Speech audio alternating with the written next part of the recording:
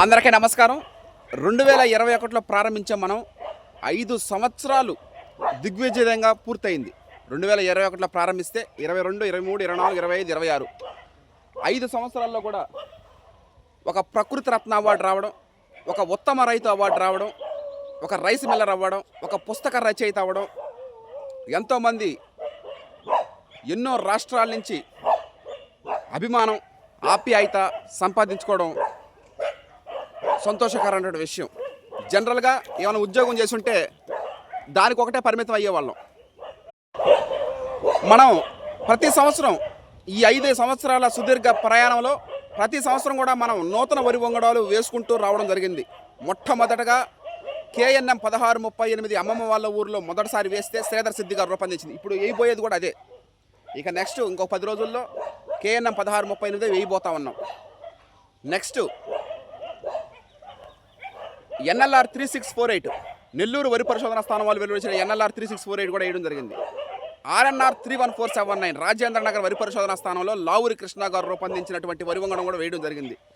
ఇకపోతే మళ్ళీ KNM 12368 doctor Sridhar సిద్ధి గారు రూపొందించినారు.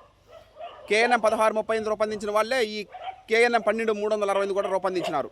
ఇకపోతే పోయిన సంవత్సరం 2025లో MTU 1426 నూతన గోదావరి వరి వంగడం వేయడం జరిగింది.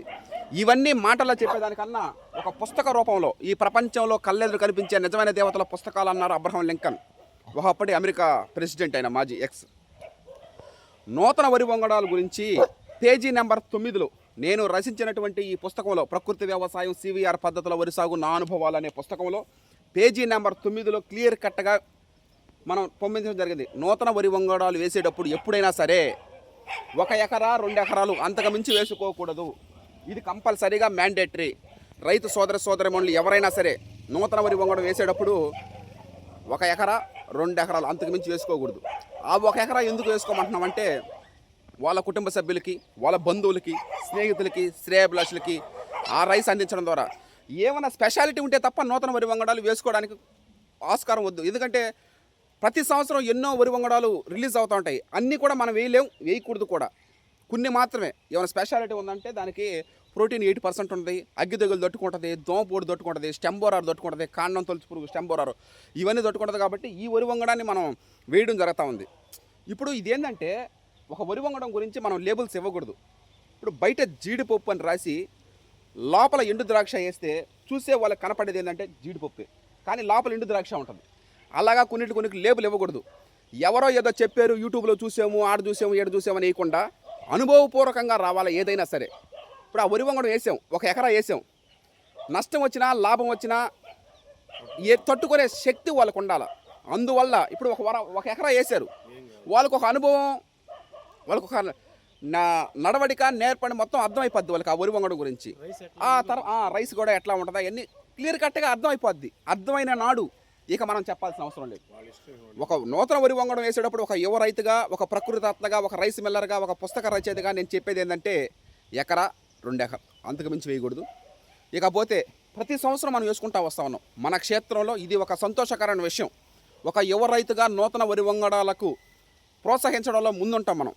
నేను కానీ, నాన్న కానీ, చిన్నాన్న కానీ, ఇలా అందరం టీం మెంబర్స్, హర్షత్ విహారం టీం మెంబర్స్ అందరం కూడా ముందుగానే ఉంటాము. ఆ కోవకు చెందిందే ఈ MTU 1426. వచ్చే సంవత్సరం గోదావరి పుష్కరాలు రావడం జరుగుతూ ఉంది. 12 సంవత్సరాలకు ఒకసారి వస్తాయి గోదావరి పుష్కరాలకి. 12 సంవత్సరాల క్రితం తెలంగాణ సోన RNR 15048 నవంబర్ ఆ వరి వంగడం రిలీజ్ చేసేది దాన్ని.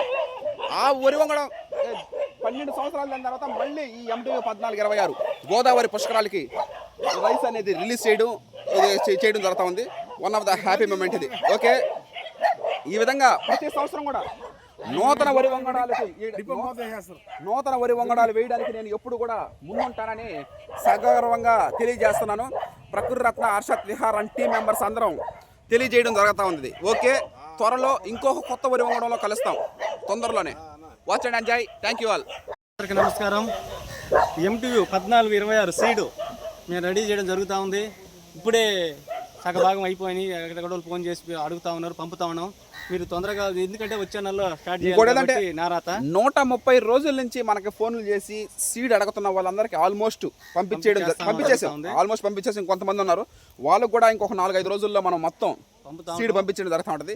కావాల్సిన వాళ్ళు స్టార్ట్ చేయాలి కాబట్టి మీరు తొందరగా ఫోన్ ద్వారా అడిగి. నెక్స్ట్ ఏంటంటే మళ్ళీ సీడ్ అయిపోతే ఇంకా మళ్ళీ కష్టమైపోతుంది మనం సీడ్ పంపించడం. తర్వాత వేసింది కొంచెమే కాబట్టి ఇంకొక విషయం ఏంటంటే కోనారం వరి వంగడాలు కూడా నెల్లూరు జిల్లాకు వరం. ఈ కోనారం వరి వంగడాలు శ్రీధర్ సిద్ధి గారు రూపొందించినటువంటి KNM 1638 కానీ, KNM 12368 కానీ, KNM 7715 కానీ, KNM 12510 కానీ, ఇలా ఎన్నో వరి వంగడాలు రూపొందించారు ఆయన. నెల్లూరు జిల్లాకు కోనారం వరి వంగడాలు ఒక వరం. ఈ విధంగా ఈ సీజన్లో, ఈ ఖరీఫ్ సీజన్లో ఏప్రిల్ మేలో సాగు చేసే, ఎందుకంటే ఈ భయంకరమైన ఎండలు తట్టుకోవాలా.